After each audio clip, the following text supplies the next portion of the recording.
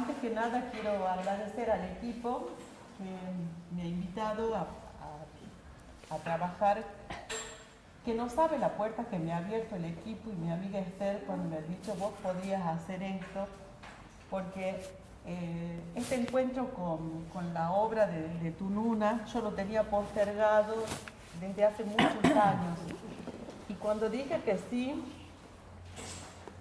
me entré durante 10 días en el mundo Tununa Mercado, me quedé atrapada allí.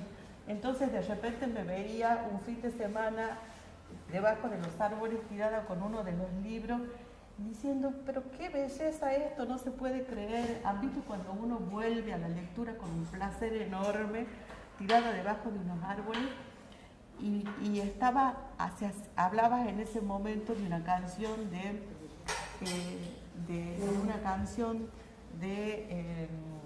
Nina Simone o una de ellas, de que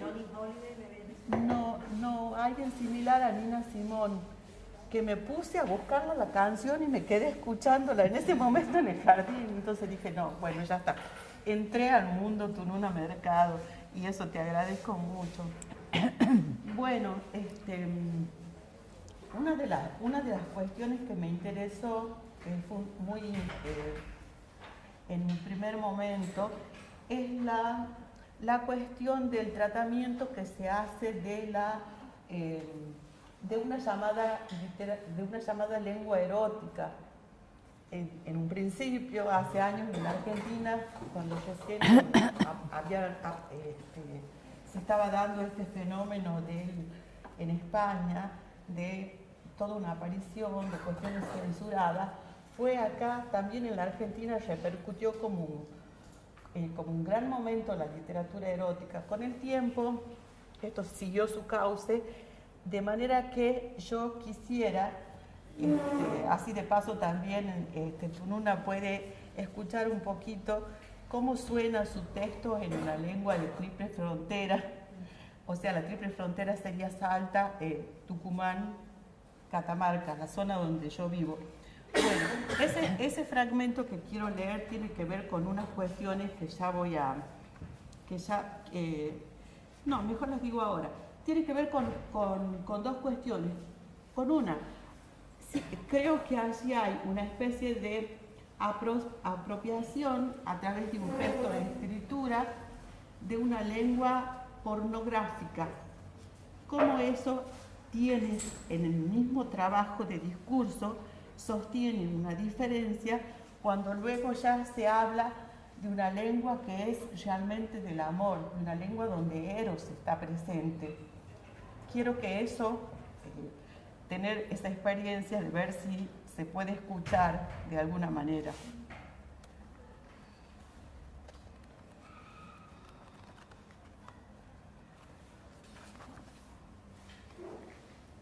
Hay un momento en que se produce el pasaje de la lengua pornográfica a una lengua erótica.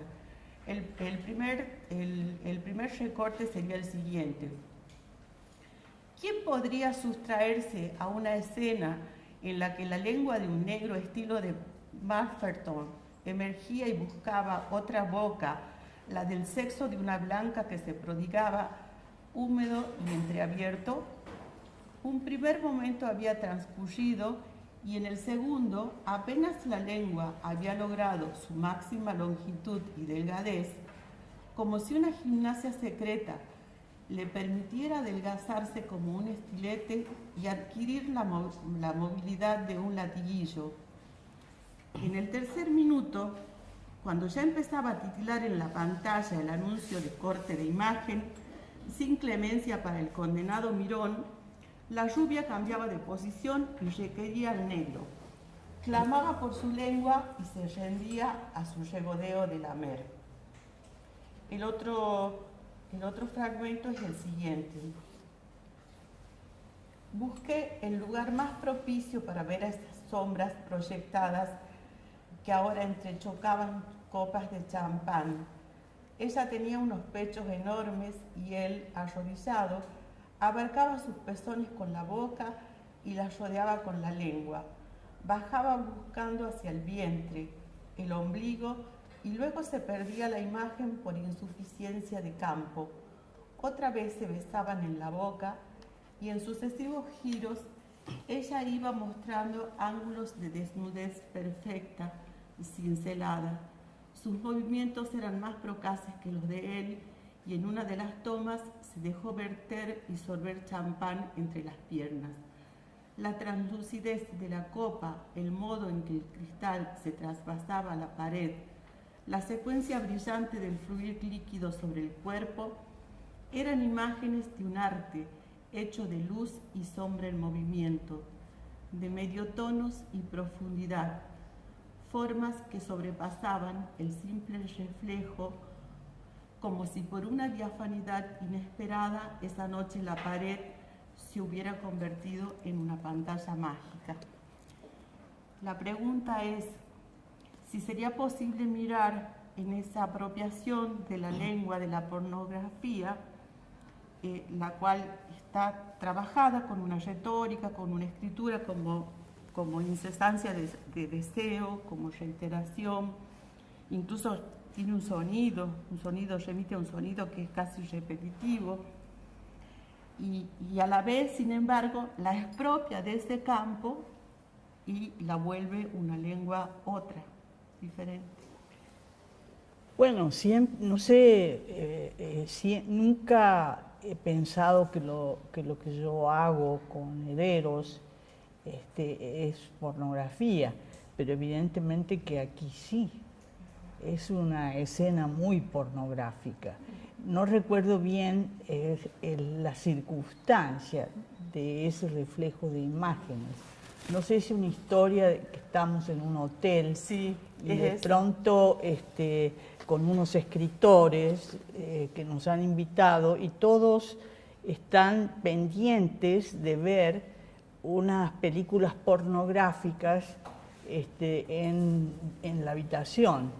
Pero el cuento es que yo entro a la habitación y entre esos escritores había escritores argentinos de renombre, ¿no? Yo me doy cuenta que yo no, para entrar a la pantalla tengo que pagar. Entonces, ¿eso está ahí o no sé? No sé si está ahí, pero no. La cuestión es que me niego a hacer eso y tengo mi propia escena pornográfica porque miro a través de la ventana cómo se están proyectando imágenes de otra habitación. Entonces eso es como que yo les gané en escena pornográfica a todos los otros, ¿no? Y bueno, no sé muy bien si está, a ver, porque yo soy muy, ¿es este? Sí, es ese. Sí, y sí, son 10 escritores que están, bueno, ahora sí me acuerdo, era un verano muy caliente, estábamos en Berlín y ese era el hotel, ¿no? Ahora, el paso de la pornografía, yo quizás agudizo la instancia pornográfica porque era la que todos los otros buscaban en ese momento, en ese lugar, ¿no? Era sobre todo los hombres, porque no creo que ninguna de nosotras, las invitadas, estuviéramos buscando escenas eróticas o pornográficas, o tal vez sí. Pero muy interesante es que se me planteara esa escena imaginada, real porque la veía, pero al mismo tiempo al venir al texto ya resulta una imaginería, ¿no? Es decir, una creación inventada, ¿no? Bueno, no sé si la pregunta es el paso al eros, es decir, cómo sí. se muta eso, quizás porque de alguna manera yo califico, clasifico entre pornografía y erotismo, ¿no? Prefiero ser más buena, ¿no? Entonces prefiero no pecar tanto. Bueno, pero sí, evidentemente que hay un tránsito de una cosa a la otra, ¿no? Incluso ese sujeto de la enunciación lo invita al escritor a que venga a ver la escena. Sí, sí. y él elige quedarse No, con no, su yo estoy pantalla. viendo una pantalla maravillosa. Digo, venía a ver lo que está pasando acá. Bueno, si ya se pudiera decir hasta los nombres de las personas que estaban en este aquelarre nocturno. Pero sí, él dijo, no, yo estoy viendo una película pornográfica extraordinaria, no. Pero venía a ver, le dije, esto claro. Sí, sí. Así fue. Bueno. Bueno, ahora también creí ver en la construcción de la erótica, vos decís en una entrevista que se puede uno remitir al arte del bordado, a la escritura, al tapiz mexicano, y hablas del gobelino específicamente. Y bueno, hay entre varios textos cuestiones que tienen que ver con esta construcción a través de figuras, no solamente con el bordado, sino también con la cocina, a veces con los sucedidos, con lo que se cuenta, con lo que se dice en algunos textos. Pero bien, ¿cómo sería esta idea del bordado como escritura? Bueno, de hecho yo siempre construí mucho con las manos, he sido muy manual siempre. Entonces me acerqué al gobelino, porque se me daba la oportunidad en México, ahí había una escuela de tapiz de gobelino muy importante. ¿Con Rufino Tamayo? No, era el maestro Pedro Preux, a quien después yo tomo como personaje en Yo nunca te prometí la eternidad.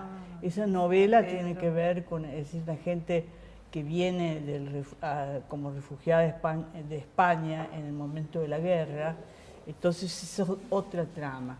Pero la relación con el bordado, con el tejido, es, bueno, es más que nada, no sé si tiene que ver con el eros específicamente, pero es una concentración en la materia muy especial que permite un aislamiento del mundo, ¿no? Bueno, como en todo arte que requiere la minucia, también si uno se sienta en un piano, se abstrae, ¿no? Y en el caso del bordado y en el caso del tejido, yo tuve esa experiencia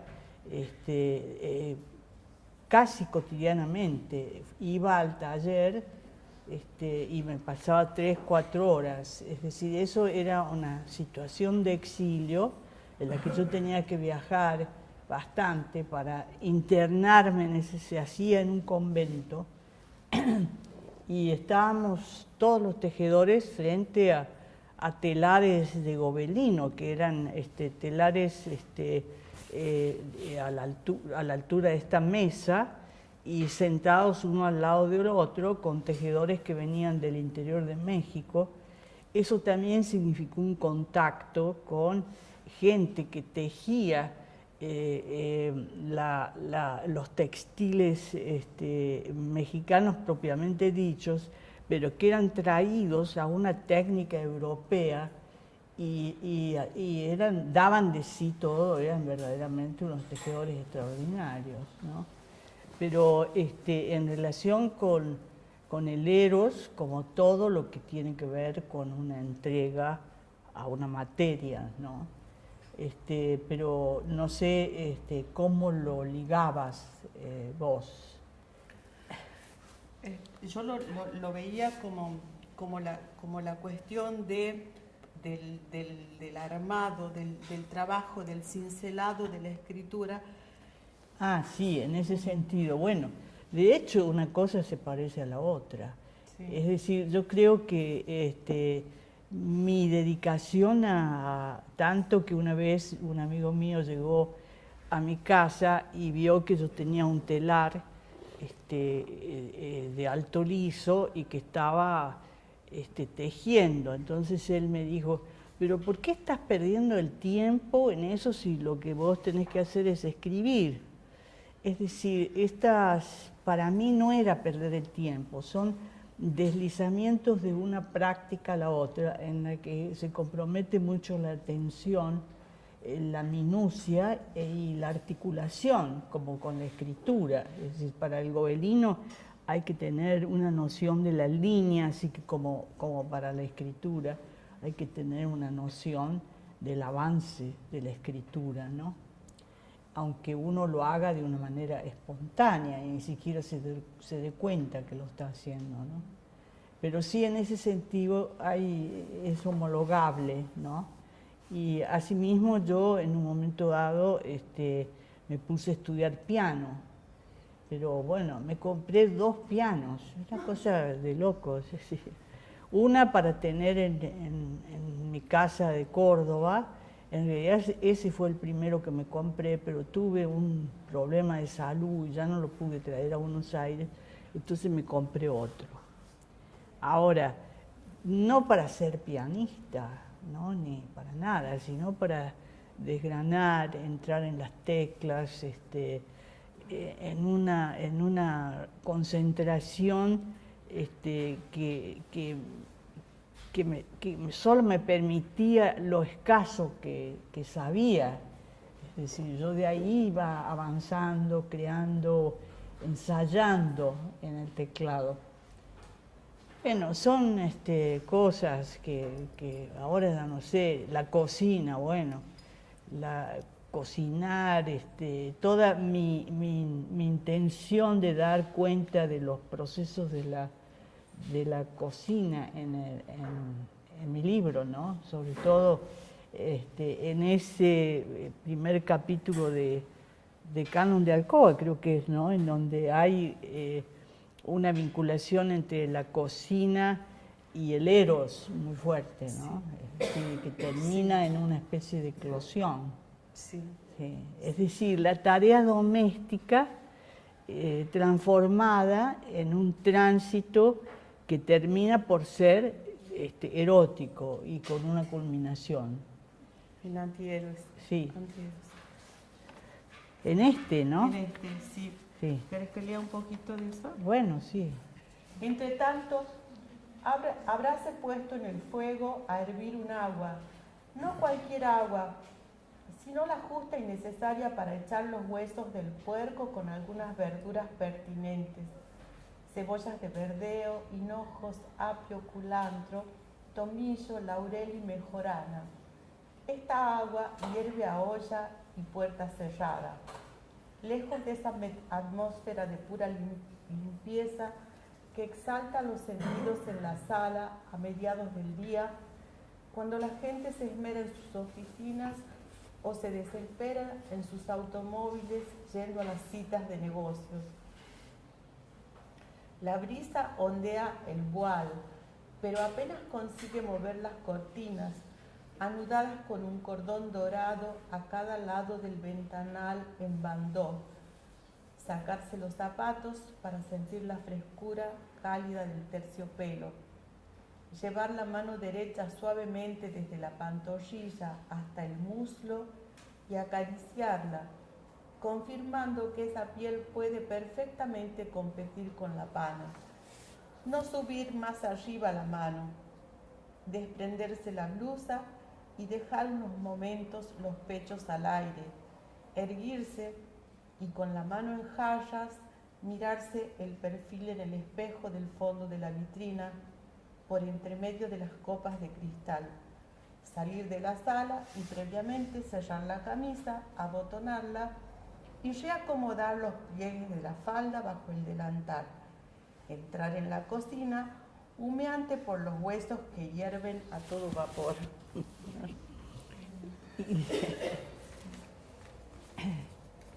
Y el fragmento donde se acumulan las verduras y las cosas y se cocina y se pone... Ah, ese quizás lo tenés ahí. Bueno, no importa.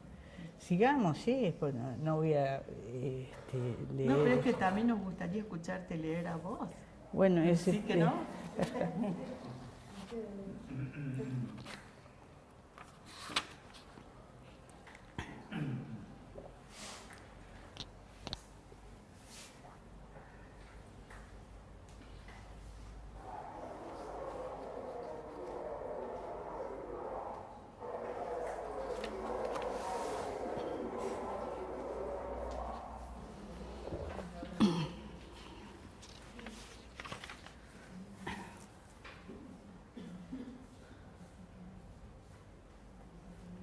saber todo eso, bueno, están un montón de nombres de elementos locales, ¿no? Dice salsifíes, nabos, mangos paraíso, chiles anchos, mamey.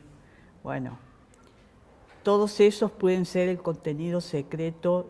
Bueno, no, paso a otro porque hay una implicancia ahí. Saber todo eso mientras la olla echa humos que ascienden al tuérdano, aunque ese tuérdano haya sido reemplazado por una enorme campana con luces y tragaires que le chupan la conciencia a los alimentos.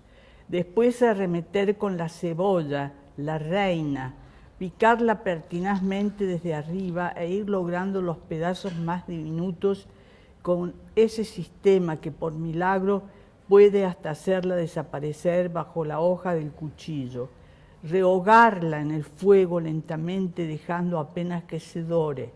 Sobre esa base construir el gran edificio con la carne dejada en pesadumbre durante noche y día, los jitomates, los ajos quemados hasta la extenuación para extraerles todo el alma, la sustancia hecha papilla. ¿Por qué los ajos tienen que desaparecer? ¿Por qué? Las hierbas ajedrea predominantemente y la copita que se bebe a medida que con ella y otra se alimenta el cuerpo receptivo de la carne por impregnación, maceración. El tiempo transcurre agigantando los granos del arroz, creando espumas suplementarias en la superficie del caldo, dejándose invadir por los olores de las hierbas, cada vez más despojada de su esencia, meros tallos, escasas nervaduras que intentan sobrevivir al máximo de sí que se les exprime. La relación con la materia, ¿no? Bueno, sigue mucho más, pero hay toda una progresión, ¿no? En esa forma de cocinar, en ese silencio, en ese mediodía. Casi como un avance sobre la materia hasta quitarle lo propio. Sí, todo, para que dé de sí todo. Sí. Sí, claro. De repente la escuchaba y, digamos, en un punto absolutamente diferente, el ritmo, la progresión, la denominación, hay un progreso, hay un movimiento. Me recordó al capítulo bíblico de Cortázar, de la relación sexual que se está ahí, escribiendo sin mencionar ninguna palabra, que simplemente porque hay hay un ritmo y evoca digamos, términos que podrían asociarse a un mundo erótico. Pero hay un ritmo acá que, por supuesto, son dos cosas diferentes, pero hay una progresión, un ritmo, un avance y esta cosa con la materia, que es, digamos, en esa aproximación a la materia. Entonces, había una reflexión tuya en una de las entrevistas con la música del texto. Bueno, no sé. Que vos hablabas de Daniel Moyano, estabas situándote frente a la importancia que tenía en la obra de Moyano la música. La música, sí. Sí, pero no recuerdo cuál texto era, pero sí lo de Moyano está enteramente relacionado, su texto con la música, sus ritmos, todo, ¿no? Sí, en ese sentido él es un músico que escribe. Sí, pero a mí también me pasó que encontrar un ritmo en la lectura, un ritmo que a veces asciende, nunca estalla, digamos, no llega al estallido, pero es como que asciende y se mantiene. Ujú. Sí, bueno, eso lo ve el que lee. Yo no, es una cosa de mi inconsciente, no tengo yo una predisposición a hacerlo de tal modo. Es el ritmo que tiene mi escritura, mi manera de escribir, ¿no? Que bueno, yo creo que cada uno tiene esa relación con la palabra, ¿no? Que espontáneamente tiene su propio ritmo, ¿no? Para los alumnos que hablamos en la clase, ¿se acuerdan cómo es que quedamos afuera muchas veces de las cuestiones que escribimos? Acá lo acaba de enunciar Tununa. Es muy emocionante ver esto porque realmente lo hemos Con conversado tus alumnas mucho. acá. Sí, con las alumnas acá en la facultad, Sí, sí. a propósito de algunas cuestiones que dice Lacan sobre la escritura.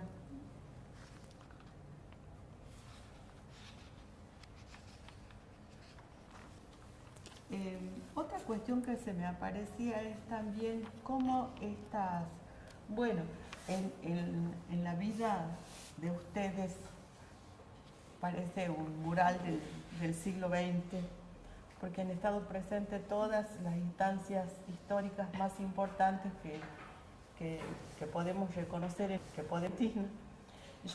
Aparece en el más antiguo de tus libros desde la Revolución de 1966, pero luego en otro momento vos haces un rastreo y aparece que tu bisabuela estaba pariendo a tu abuela a los tantos años, muy similares a los de tu abuela, y en medio de una circunstancia histórico-social también determinada, muy determinada, y lo mismo con tu mamá hacia vos, toda la saga de mujeres alrededor de los 30 años, y bueno, en La Madriguera, ese devenir de exilios, primero en París, luego en México, digo yo, esta instancia del tapiz y del bordado que tiene que ver con la escritura y con el apartarse, ¿habrá sido también acaso una forma de estar en un país distinto?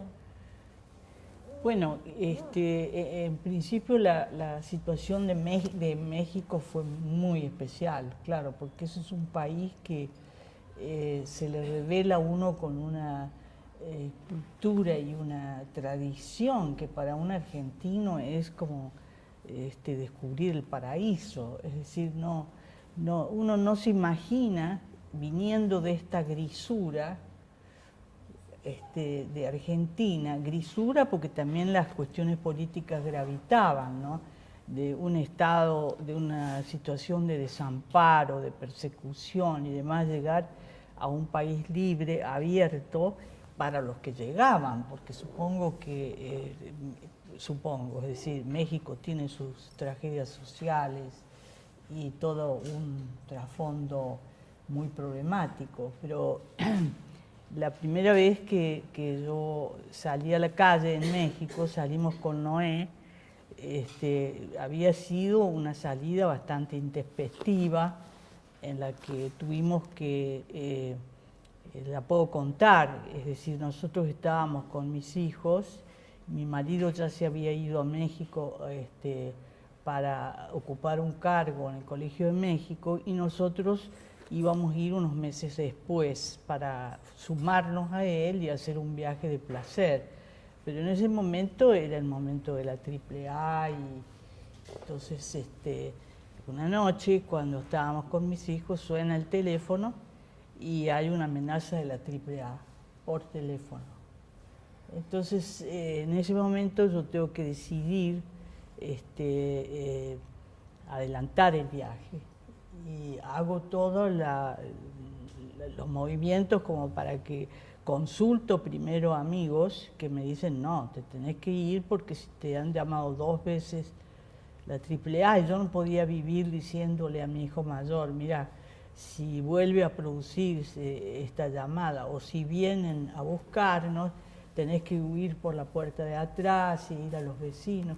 Era una situación muy insostenible. Mucha gente vivía esa persecución y se habían muerto, habían matado a gente relacionada con nosotros, a Silvio Frondizi, a Ortega Peña. Es decir, había habido una confluencia, de hecho había habido un allanamiento en mi casa. O sea que la sensación que yo tuve es que estábamos un poco cercados. Entonces decidimos irnos yo decidí adelantar el viaje y creo que 4 o 5 días después estábamos saliendo. En el aeropuerto, es anecdótico esto, pero se los cuento para que vean. En el aeropuerto se acerca un señor alto, así, y me dice, ¿qué tal? Me confunde con mi hermana y me dice, soy Obregón Cano. Era Obregón Cano, que también huía y que había llegado al aeropuerto así, siendo alto, había llegado en el asiento de atrás de un auto. Entonces él viajó con nosotros a México y todo estaba lleno de acontecimientos, de implicancias, de cosas. Acabábamos de salir, temeroso él de que no lo dejaran salir, ¿no? Pero una vez que ya estábamos en el avión, él se acerca y me entrega un papel y me dice, este es el discurso, lo que yo dije cuando lo enterramos a Atilio López, que era su gobernador, ¿no? O sea, que su vicegobernador. Entonces, todo muy fuerte, todo muy con mucho sentido en ese avión, que también viajaban los Sadowski, que eran científicos que huían. Sí. Entonces había un clima que se nos había ido creando. De hecho, cuando yo bajé en el aeropuerto, Noé casi se muere porque me vio bajar del brazo de Obregón Cano. Y bueno, él iniciaba su exilio y nosotros iniciábamos el nuestro, sin saberlo, porque creíamos que íbamos a regresar en muy poco tiempo a la Argentina. Pero una vez que ya estábamos ahí, toda la gente que veíamos, pero si ustedes están locos, nosotros nos estamos viniendo, porque en la Argentina se ha puesto muy, muy mal la cosa y detuvieron a fulano y esto y sultano. Aparte yo trabajaba en el diario La Opinión, que era un diario también muy asediado, de donde había desaparecido gente, habían matado periodistas. Entonces era quedarse en la cueva del lobo. Y ya no volvimos por muchos años, 13, 14 años. Y vos decías México en relación con ese estado de mantenerte un algo apartada también para recuperar un poco, porque se sabe de mucha gente en el exilio que no pudo volver a escribir, que no pudo... Bueno, yo enseguida, en primer lugar yo no me consideraba en ese momento una escritora cabal. Yo había escrito un librito y no tenía, como decir, soy una escritora. Yo había estado trabajando en un periódico, entonces tenía ese oficio, y lo que hice fue empezar a vincularme con gente que había muy buena disposición en algunos periódicos, que me empezaron a dar trabajo, empecé a hacer entrevistas, empecé a vincularme con mi trabajo que traía de Buenos Aires, ¿no? Y en cuanto a escribir, bueno, se ve que estaba eso, pero yo no le daba un carácter así, soy una escritora. Empecé a escribir, sí.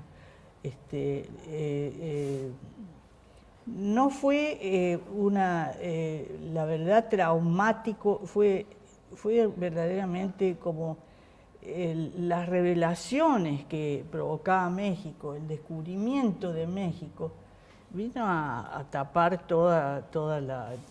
Realmente nos entregamos a ese país. Empezamos a comer las comidas, había argentinos que seguían comiendo bife con papas fritas, y nosotros nos entregamos a la comida mexicana, la supimos elaborar, tuvimos realmente una relación tan plena que yo sí seguía hablando un poco como cordobesa, pero hablaba de tú. Es decir, ya me acostumbré a hablar de tú con los mexicanos. Sí. ¿Alguien quiere hacer alguna pregunta? Podemos ampliar el conversatorio. Graciela venía a cuenta. Son muy tímidas las chicas estas. Pero bueno, yo puedo inventar. Que había participado, digamos, que había estado en situaciones de crisis sociales en distintos lugares. Sí. Porque ella preguntó a qué. Claro, sí, sí. Porque se representó el fresco, el muralismo, la idea esa del mural, pero después continúa con la casa de Trotsky y claro. tu maestro. Pero previamente, cuando nosotros nos fuimos a vivir a Francia, no fuimos a París, sino a una ciudad del interior, del este, a Besançon. Y ahí se produjo, en ese momento se produjo mayo del 68. O sea que tuvimos esa experiencia, tantas otras cosas pasaron, porque en ese momento en el mundo pasaban muchas situaciones, ¿no? Políticas, ideológicas, y bueno, el asunto es que en mayo del 68 nosotros viajábamos a París, yo dejaba a mis hijos y nos íbamos a París, pero en la propia ciudad de Besançon se vivía una cosa muy,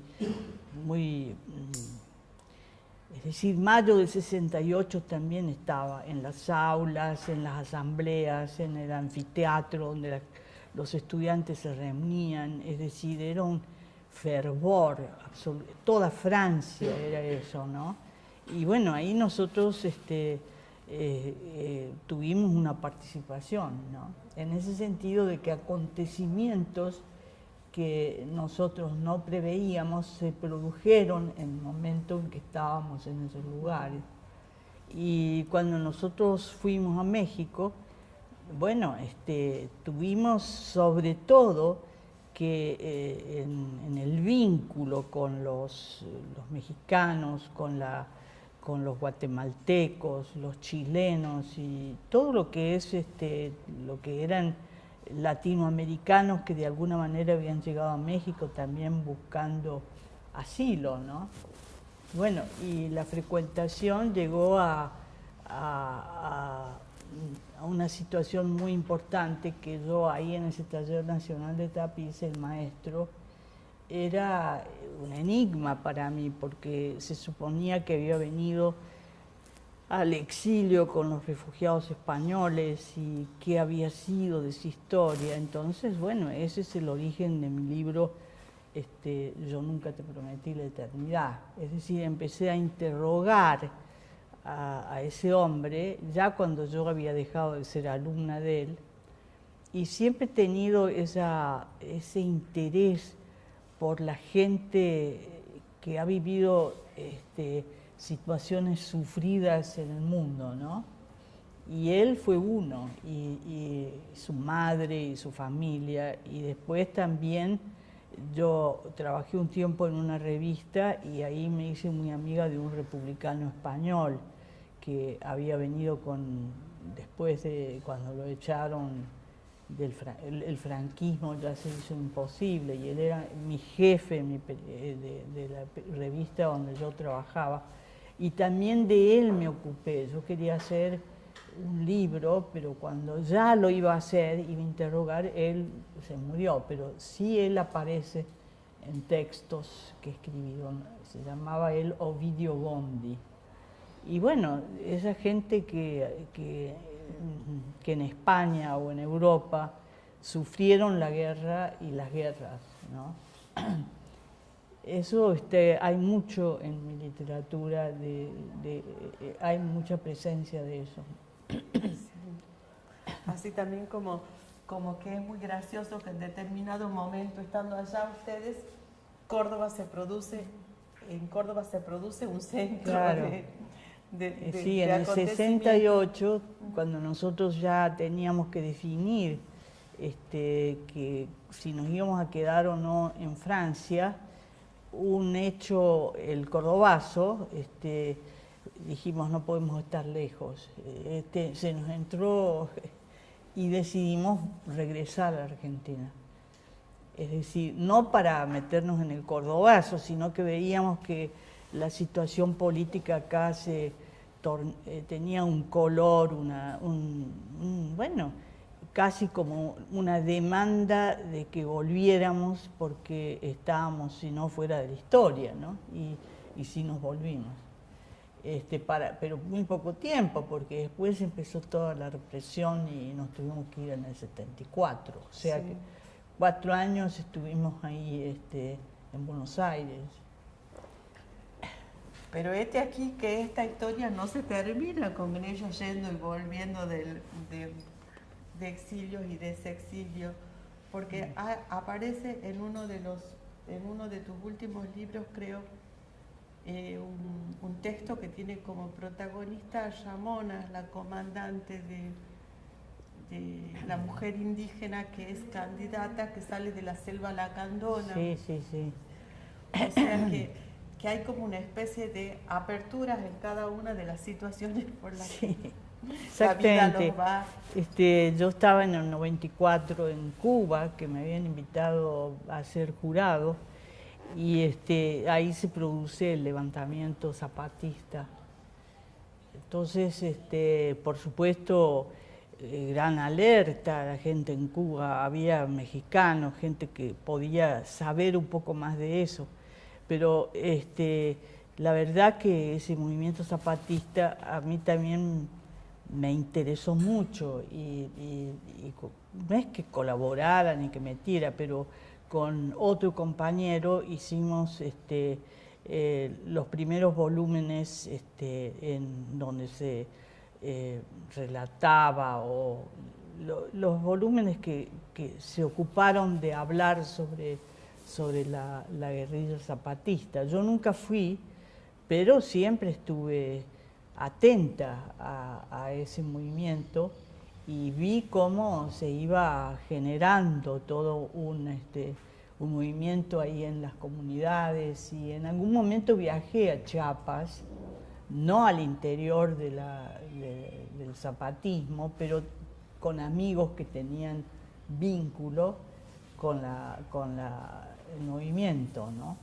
Pero son compromisos, y yo creo que si se armara algo en algún lugar, uno siempre está atento a eso, ¿no? En su momento fue la guerrilla de Salta, que aparecieron protagonistas importantes que han ido muriendo a lo largo del tiempo, pero con los que yo tuve algún contacto, ¿no?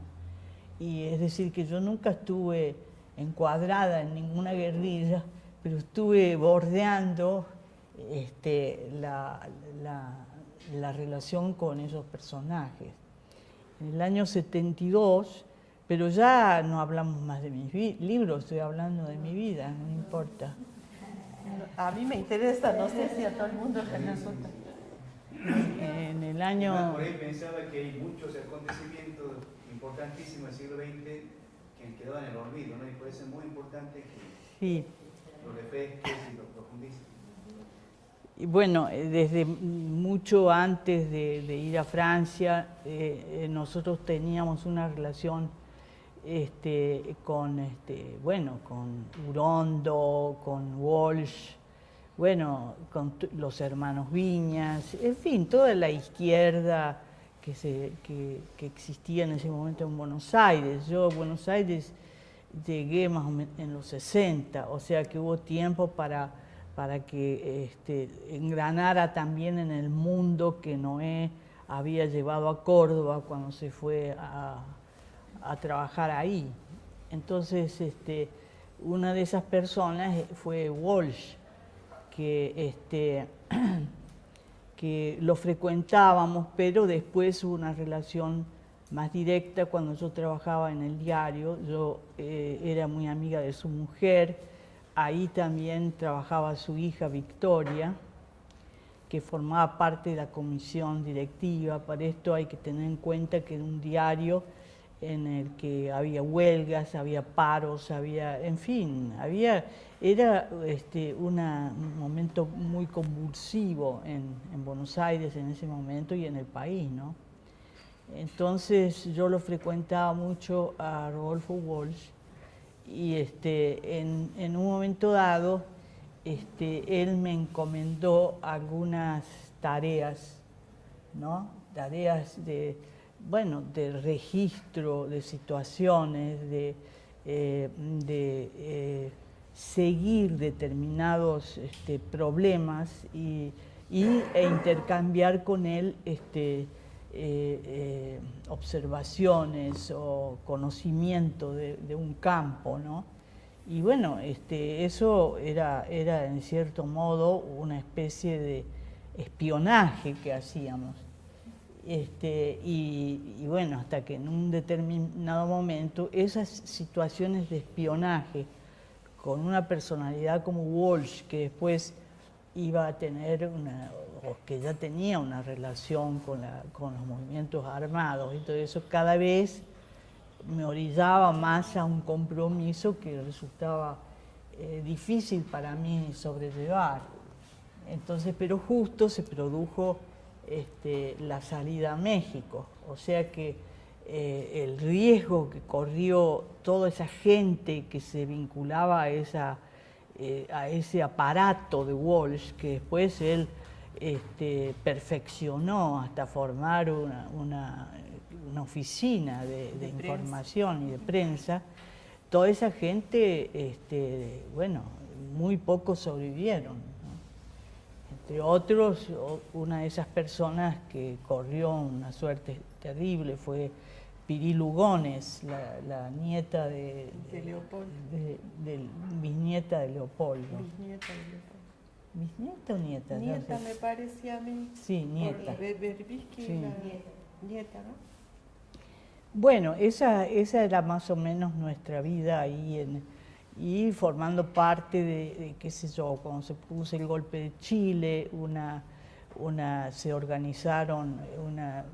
organizó un grupo de solidaridad con Chile y gente que venía y que había que, bueno, en ese periódico había gente que había, en ese sentido el director Timerman permitió que entraran uruguayos, chilenos, gente que venían de situaciones. Ahí fue mi compañero Selmar Michelini. Bueno, no sé si voy a contar la historia, pero él fue Es muy poco conocido, un diputado que asesinaron en Buenos Aires. En fin, estábamos todo el tiempo con esa temática que bueno, era el signo de esa época, ¿no? O sea, entonces, como vemos, acá hay una cosa sumamente interesante, porque los textos que aparentemente tendrían como demasiada historia como para ser autobiográficos, no obstante, van recorriendo, recortando desde un lugar, desde una mirada no centralizada, no abarcadora.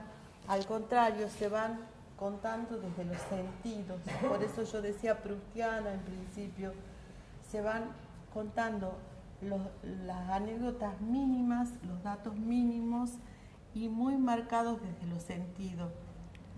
Por ejemplo, esa cuestión de que tu papá era un abogado penalista y en un determinado momento, siendo una niña, te da para que mires un caso que él estaba analizando. Sí. Bueno, eso es otra, bueno, era un modo de vida. Es decir, nosotros vivíamos en una casa en un barrio Mis padres eran profesionales, mi mamá era escribana y mi papá era abogado penalista y además político. Entonces él había sido, bueno, muchas anécdotas. Yo una vez volvía en el tranvía de la escuela que atravesaba toda la ciudad de Córdoba y apareció el diario de la tarde que decía escándalo en la Cámara y el escándalo era que mi papá había agarrado su banca y la había arrojado contra la cabecera no las autoridades, no sé cómo se llama, había arrojado su banca al frente porque le habían negado la palabra. Y eso fue un hecho muy importante porque era qué sé yo, muy teatral, ¿no? Bueno, cuando yo llegué a mi casa me enteré de eso y ya para esto mi papá, era la época del peronismo, mi papá se había tenido que esconder. Es decir, yo fui a visitarlo a él a un escondite, ellos no eran peronistas. Con el tiempo pasado, casi cuando mi padre ya era octogenario, digamos, él lo fue a ver a Perón. Es decir, evoluciones de políticos, ¿no? Pero en ese momento, hubo un allanamiento en mi casa, tiraron todos los libros. Es como si hubiésemos estado en la época de la dictadura, pero era en pleno peronismo. A nosotros nos pusieron lo que mi madre llamaba un pesquisa en la esquina, y que para humillarlo ella le llevaba una taza de café para denunciar que él estaba y que sabíamos. Entonces eran épocas con muchos, pero no sé a qué iba esto. Era una época, mi padre era entonces, que era abogado, me pedía muchas veces que yo leyera, esto yo tendría 10, 12 años, una cosa así, que leyera lo que él llamaba las radiografías, que era el caso, y que memorizara algunos detalles. Entonces, cuando él estaba escribiendo lo que era el alegato de la defensa, porque en Córdoba era oral, entonces estaban escribiendo notas para la defensa, me preguntaba, ¿y cómo era el puñal? Entonces yo le decía, era un puñal de mango de madera, con la hoja acanalada, o si no, detalles de ese tipo. Yo me sentía como considerada en lo máximo, ¿no? Es decir, y a lo largo del tiempo él tuvo algunas causas fuertes, por ejemplo, de los fusilados en Trelew, él tenía la causa de uno de los que fusilaron. Y él eso lo había trabajado con nosotros, con Noé, conmigo, la defensa. Y tan es así que todo el dossier estaba en mi casa cuando se produce un allanamiento. Y entonces los canas ven y dicen, ¿y esto? ¿No? Bueno, entonces yo con una audacia, mire, eso no tiene ya ninguna importancia porque el defendido lo asesinaron ustedes, ¿no? Es decir, sí, de pronto no se podía permitir ciertas audacias, ¿no? Pero bueno, mi vida ha estado atravesada por ese tipo de cosas políticas y por pequeños o grandes riesgos que mi familia sufría, que los parientes por el lado materno o paterno surgían, es decir, era una familia muy politizada, ¿no? Muy politizada y muy porque mi padre era, si bien no era peronista ni nada, él era un hombre liberal de izquierda, ¿no? Izquierdoso, que toleraba que nosotros fuéramos a la toma en la facultad o éramos muy libres, que saliéramos a la calle, que estuviéramos en todos los acontecimientos sociales como estudiantes. Bueno, para ir cerrando esto que es tan interesante, algo que me ha llamado también la atención y que compartimos seguramente en estas culturas quizás lejana, es la cuestión de los sucedidos en la obra con las copitas. Ah, Y los lo que acá espíritus. Los espíritus, el llamado a los espíritus está ahí. Sí.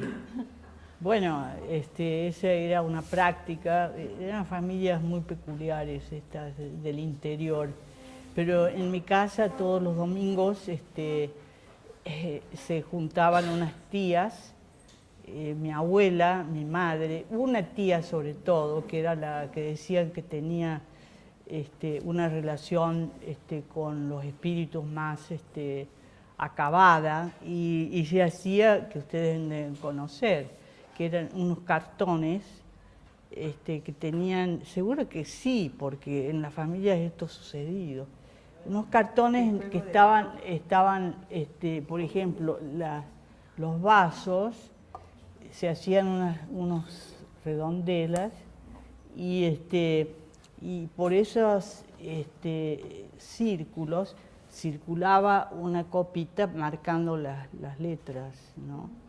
Esa copita era una copita que era preservada en mi casa, no se la podía usar más que para eso, y entonces las siestas de los domingos era para nosotros increíble porque venían los espíritus y yo tomaba nota, incluso ahora tengo la intención, porque yo tomaba nota de lo que esos espíritus decían. Tengo ganas de hacer un texto con eso, ¿no? Sí. Y entonces una vez que mi tía giraba todo, el esquema era que ella dijera qué espíritu nos acompaña, ¿no? Entonces la copita daba vueltas y escribía un nombre.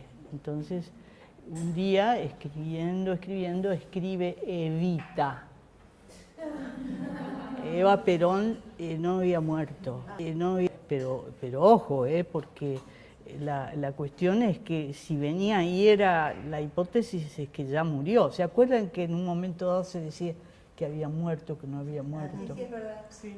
Había un equívoco. Sí, hubo una serie de rumores. Bueno, entonces vino Evita y mi tía Fanny, que era ella ¿qué quieres decirme? Y entonces se dirigió directamente a mi tía y escribió, ponme flores, Fanny, por favor.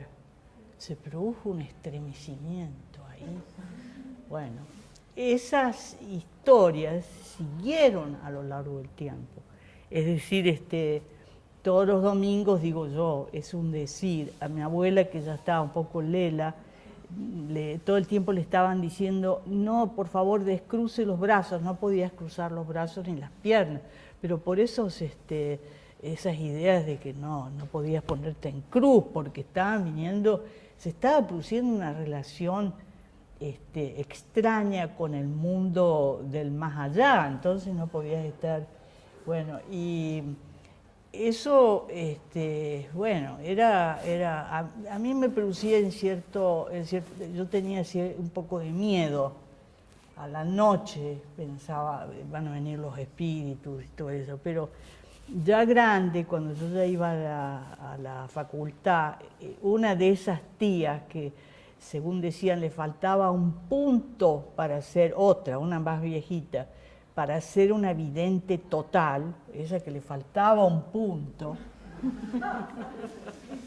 estaban unos amigos míos y estábamos en una casa en Carlos Paz donde veraneábamos con mi tía que dijo, ahora ustedes cierren los ojos porque yo manejo esta situación. Y bueno, ahí se produjeron unas llegadas increíbles, increíbles. Empezó la copa y escribió ¿qué espíritu nos acompaña? Y escribió Albert Camus. Entonces, bueno, pero ¿quién sabe? Nadie, no se sabe por qué Albert Camus, porque Camus no había muerto. Entonces, esa tarde, cuando estábamos en medio de la copita, bajó del ómnibus y se sumó a nosotros un compañero de la facultad que dijo, acaba de morir Camus. ¿Se suicidó? ¿Se había suicidado? No sé cómo fue la muerte de Camus, creo que fue un accidente. Bueno, nos quedamos alucinados. Bueno, venía gente así, gente muy extraña a esas sesiones. Bueno, eso era un poco, yo eso no lo he podido hacer regularmente en mi casa, porque ya no hay ese ambiente, pero lo hice una vez en México. Noé no es mi marido no es de espíritus, entonces sí lo hice una vez en México y también hubo una situación bastante especial y extraña con unos amigos en un pueblo de la Ciudad de México, pero ya no voy a estar contando historias de aparecidos. Ya. Muy interesante. Más que preguntarte, quería escucharte, a ver qué opinión tenés sobre, a ver, te leía un poco y te sabía una mujer de la política y de la línea socialista. Sin embargo, si mal no entendí, recién por el 74, 75 has tenido contacto con el feminismo en México. Sí. Y me llamó la atención que antes no te haya atravesado el feminismo.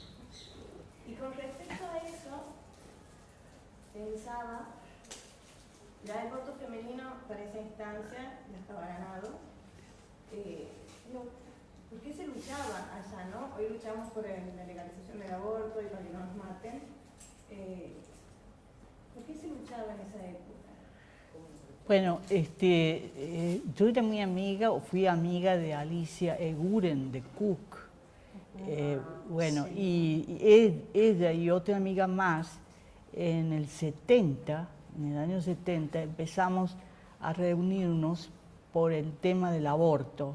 Eso era más verde que, no sé, no existía en la cabeza. Sí, no existía en la cabeza de nadie, bueno, seguramente en algunas feministas y seguramente en el año 70 nadie, salvo nosotras y otra amiga más, que nos juntábamos a ver esa problemática y a estudiarla. Y lo cierto es que era ya incipientemente una preocupación por el tema, pero la realidad social nos desbordó, porque ya no podía uno ocuparse de ese tema. Tenía Alicia Eguren, sobre todo, cuyo compromiso ella terminó en la ESMA, ¿no? Es decir, el compromiso político de ella, sobre todo, y yo que trabajaba en el diario, y cada vez la cosa venía más era muy difícil ocuparse de eso si uno tenía que ir a recibir a un amigo que habían matado en el aeropuerto para que se volviera a Córdoba, como fue en el caso de Curuchet, que había sido compañero mío en la facultad y todo eso, y tuvimos que ir solo, Noé y yo, al aeropuerto, poniéndonos en evidencia para recibir el cuerpo y reenviarlo a Córdoba. Es decir, había cosas de urgencias que eso no... Pero ahora, en México tengo entendido claro. que empezó como más fuerte. No, claro, cuando yo llegué a México, en ese año era el año internacional, el primer año internacional de la mujer, año 1975, y eso era un hervor impresionante. Estaban mujeres de todos los países del mundo, había como siempre pasa, había años de la mujer medio paralelos, de gente más iconoclasta, de gente...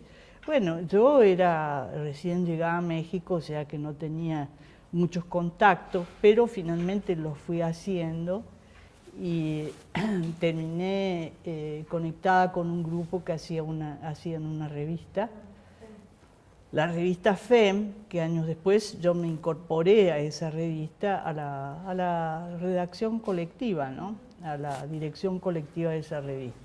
Bueno, y ahí en eso sí, ya el tema era vigente, ¿no? No obstante, me parece que no tenía el carácter que tiene en este momento aquí, ¿no? Es decir, no andábamos con pañuelos verdes, pero eran, lo que pasa, el corte de esa revista era un grupo de intelectuales, una antropóloga, estaba la escritora Elena Poniatowska, estaba Marta Lamas, feminista, es decir, son mujeres que siguieron después, sobre todo Marta Lamas, fundó después otra revista, y uno de los personajes principales de ese grupo fue Alaide Fopa, que era una guatemalteca, que fue una de las fundadoras de la revista, y que años después la mataron en Guatemala. Es decir, eran mujeres de un compromiso muy, muy fuerte, y ellas sobre todo, ¿no? Bueno, esa fue mi experiencia con la revista FEM y con el feminismo, que sí incluía también de manera incipiente todo lo que fuera lo trans, lo queer, sin que se llamara de ese modo, ¿no?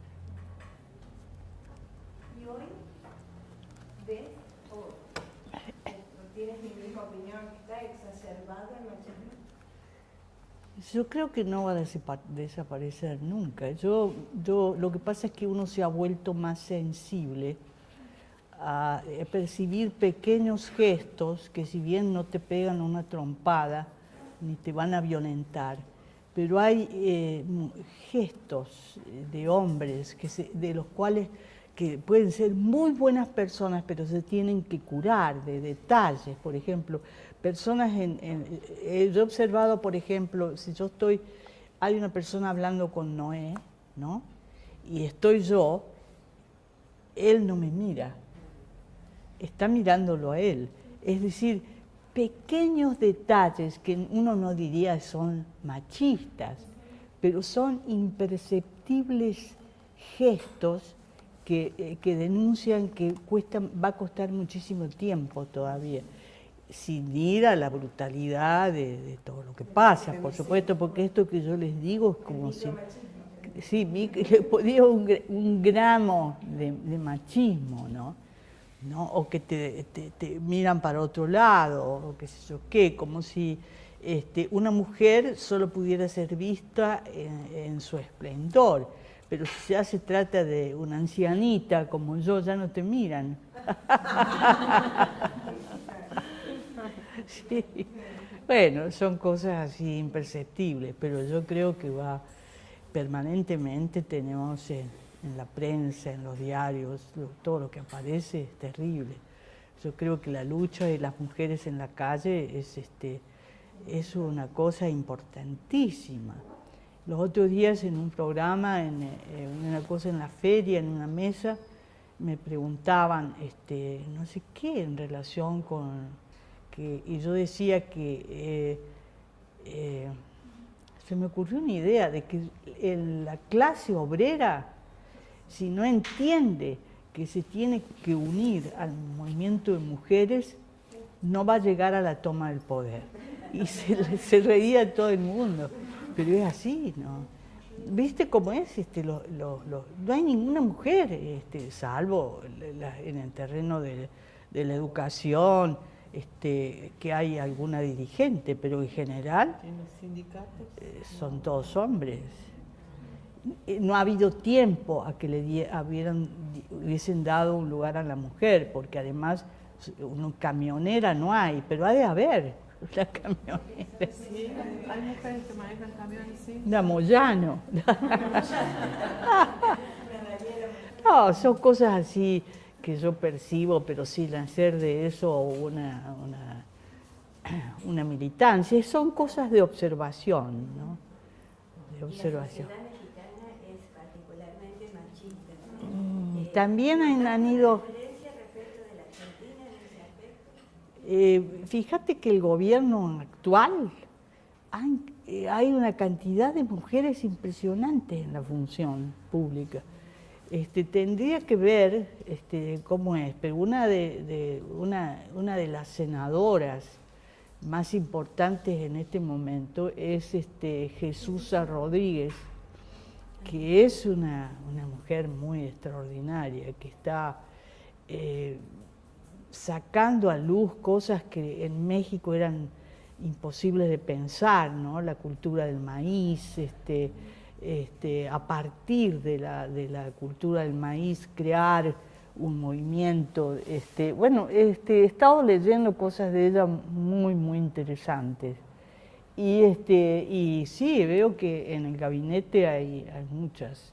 No podría decirte, pero hay ministras, eso ha cambiado bastante, ¿no? Bueno, me parece que ese machismo en México, a lo mejor era en lo más popular, en lo más expuesto, pero en los círculos en los que yo me movía, yo no he visto actitudes, al contrario, una cortesía enorme con las mujeres. No es que te miren para otro lado. Bueno, detalles, ¿no? En ese momento yo tendría que haber tenido conciencia para poder verificar si los... Ahora sí estoy muy avivada, por así decir. Y vigilo hasta a mi hijo. No le he descubierto nada, pero... hijo de su madre. Pero no crea que yo soy una feminista, como se dice en México, de hueso colorado, que estoy todo el día pendiente de eso. Lo que pesa sobre mí es más mi historia de México, por eso me convocan, que me hice feminista en México y todo eso, y hablo, y me llevan a hablar de estas cosas, pero poco a poco me van a ir llevando también a la calle, ¿sí? A participar. Tengo una hija muy participativa, pero yo tampoco puedo salir a la calle a las manifestaciones, ya es demasiado, sí. Años, 50 años saliendo a la calle. Sí. Bueno, no sé, ¿qué más querías? Yo creo que con las preguntas... Bueno, si acá ustedes quieren hacerme algunas preguntas. Cuando comentaba esto, por ahí repito un poco el tema de México, pero justo en ese momento en que ustedes se van, vos habías comentado que no te sentías como cabalmente una escritora porque habías publicado tu primer libro, nada más, ¿no? Nada más y nada menos. Como que habías tirado, no sé, una primera piedra, ¿no? Y te habías ido a México. Si sentías como, o sea, siempre en el exilio uno pierde un montón de cosas y no sé, si sentías como cierto miedo a perder, no sé, ese lugar construido en la escritura, de alguna forma con un libro, y si allá en México, si lo tenías como preocupación y necesidad esa reconstrucción de vos, ligada a la escritura, y si, no sé, has encontrado como alguna escritora o escritor que ha sentido como una revelación o como una puerta para continuarte ahí, ¿me entiendes? Sí, es cierto que estaba distraída por otras cosas, pero inmediatamente la relación con el mundo intelectual de México, tuve amigos y amigas muy vinculadas a la literatura, pero no es que yo sintiera un contagio, que ellas me fueran a devolver el interés. Yo creo que fue una cosa natural, después que publiqué, no sé cuál era, el Canon de Alcoba, y después vino el otro que yo contaba, que fue un poco como un úcase, que cuando yo estaba en el regreso a Buenos Aires estaba muy mal, y entonces Noé me dijo, ¿por qué no escribís? Y entonces escribí mi segundo libro. Y después se me fueron suscitando los otros, ¿no? Ya fue como muy natural, así que yo creyera que estaba poniéndome un moño de escritora, sino que, bueno, era lo normal. Yo venía de las letras, entré a la Facultad de Letras, hice periodismo, es decir, la letra ha sido una cosa fundamental en mi vida, o sea que era natural. Ahora estoy en un momento medio de relax, que no estoy produciendo nada así conclusivo, pero bueno, siempre voy a volver, ¿no? Voy a volver, seguramente voy a volver, pero bueno, también me tengo que apurar, ¿no? Porque...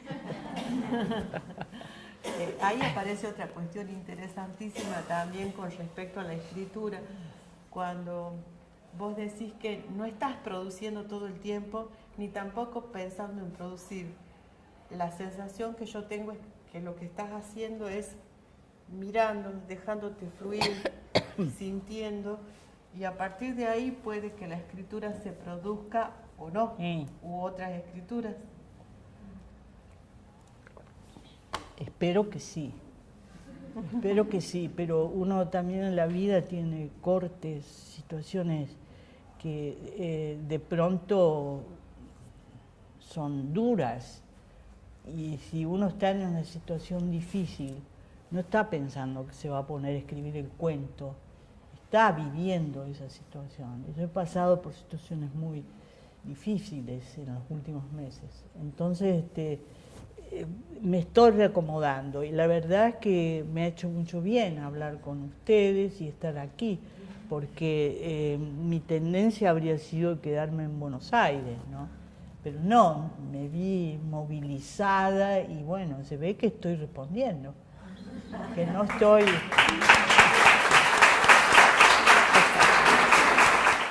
Me gustaría saber si alguna vez has tenido una consecuencia indeseable por ser autora de relatos eróticos, como pienso por el lado de la censura, ¿sí? Sé que no explícitamente, porque hubo narradores del rubro erótico que fueron censurados en la Argentina de otra época, entonces, bueno, por ahí la pregunta.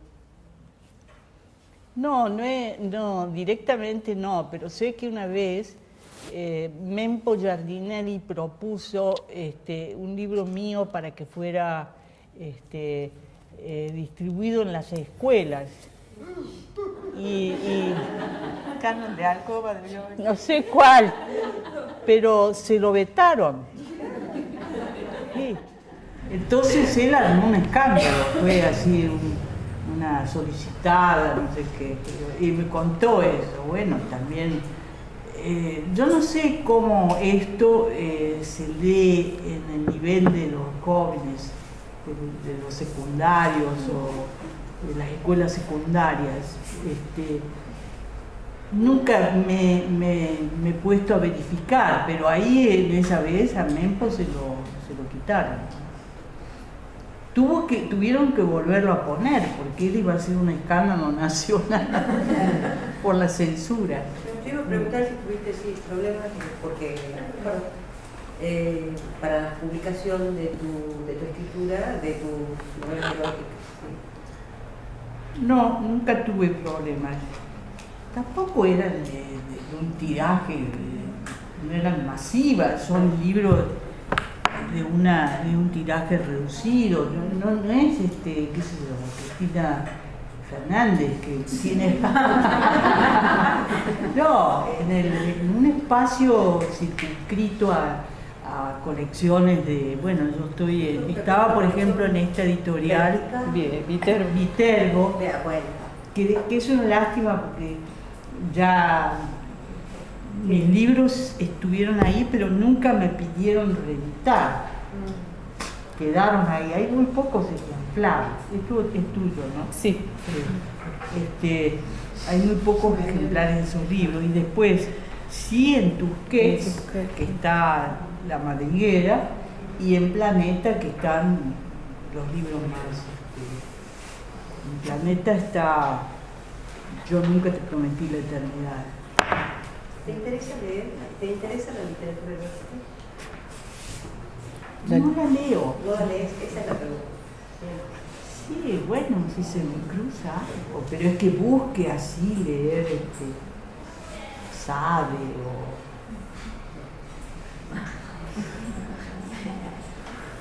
Por ahí sí, pero no tengo la conciencia de estar leyendo. Para mí es lo mismo que otras cosas, que yo vaya a excitarme con un texto así o que lo busque. No, pero tendría que ver, porque mientras estoy leyendo no me doy cuenta, ¿no? ¿Y qué lecturas prefieres en este momento? ¿Qué autores? En este momento me llegan lo que llegue a mi casa, porque hay mucho material, ¿no?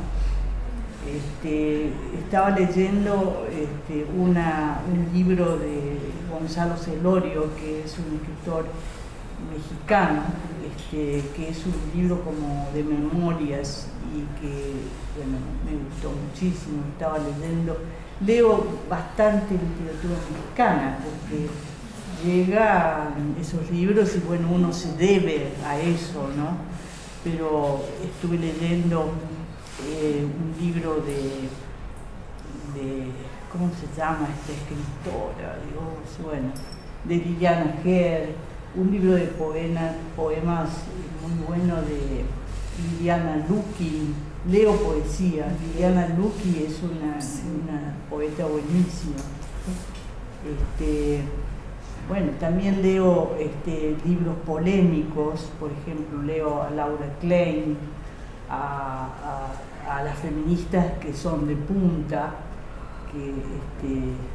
bueno, sí, tengo una lectura variada, ¿no?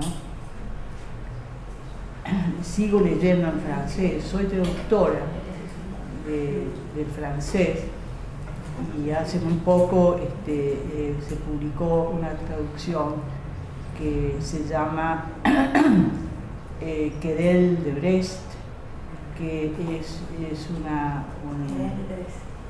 sí, eso ha salido hace muy poco y de Jean Genet, sí.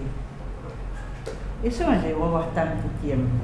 Y después tengo tareas como ser jurado jurado de cuentos, jurado. Sí, eso acepto siempre, me gusta mucho. Ahora, y en Córdoba hubo un concurso y ahora me están invitando a otro concurso que incluye, es de novela corta, estén atentas, de novela corta en las provincias. No sé cuál es el organismo, pero en las provincias, excluyendo San Luis y Buenos Aires, todo el resto de las provincias, novela corta. Yo les puedo mandar porque es la semana pasada. Ahí pueden, novela corta, no sé cuáles serán las condiciones, pero voy a ser jurado. Bueno, me parece que ya, Belcita, está la hora. La hora. Mañana seguimos con tu nona. Agradecemos a Graciela el rol que ha cumplido. Un aplauso.